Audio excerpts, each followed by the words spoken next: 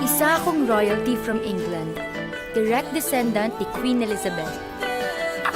Baliw. Eto si Eya, Ambitious frog, kokak.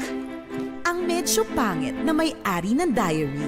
3,500 kada buwan, 1 month advance, 1 month deposit, 5,000 deposit sa Meralco, 2,500 sa tubig, 4 kayo sa kwarto, bawal ng tila ng boyfriend, saka bawal mag-alaga ng aso.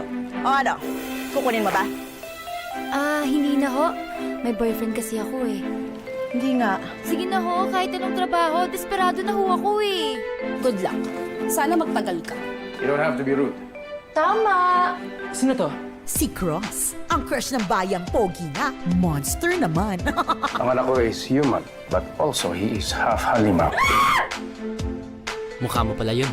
Akala ko connect the dots. Ay! Pangit na nga. Lampa pa. Hi, kilala mo ba si Cross Sanford? Eto naman si Lori, ang half-British BFF ni Eya. Alam mo, ewan ko sa'yo kung ba't nagustuhan mo yung tao na yan. Elementary classmate ko na si Cross. I always got bullied. Lagi niya akong pinagtatanggol. I would like you all to meet my girlfriend. Si Cross, sigurado ka? Sinadya ko yun para mas lalo kanilang paginitan. So you and your pimples will be miserable. Can I order you? Take out? At si Chad, ang certified cutie na crush ni Eya. Nililigawan ko siya for 1 year. Di pa ako sinasagot eh. Kasi may iba siyang gusto. Tanga pumili ni Lori. Chad loves Lori. Mahal na mahal kita. Lori loves Cross. Cross, I love you. Eh, sino kaya love ni Cross?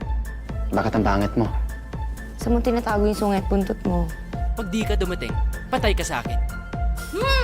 Para mapansin ka man ni Cross. Kasi bagay kayo.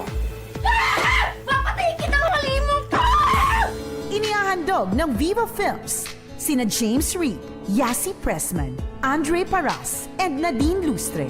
Gusto niyang pakita sa lahat ng tao, wala siyang kailangan kahit na kanino. Sa isang kwento ng pag-ibig na di mo inaasahan. Para sa taong di mo inaakala.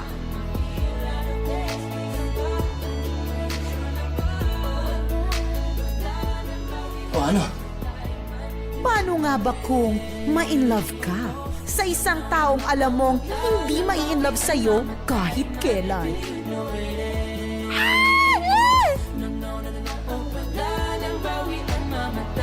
Sige na. Maganda ka na. Diary ng Pangit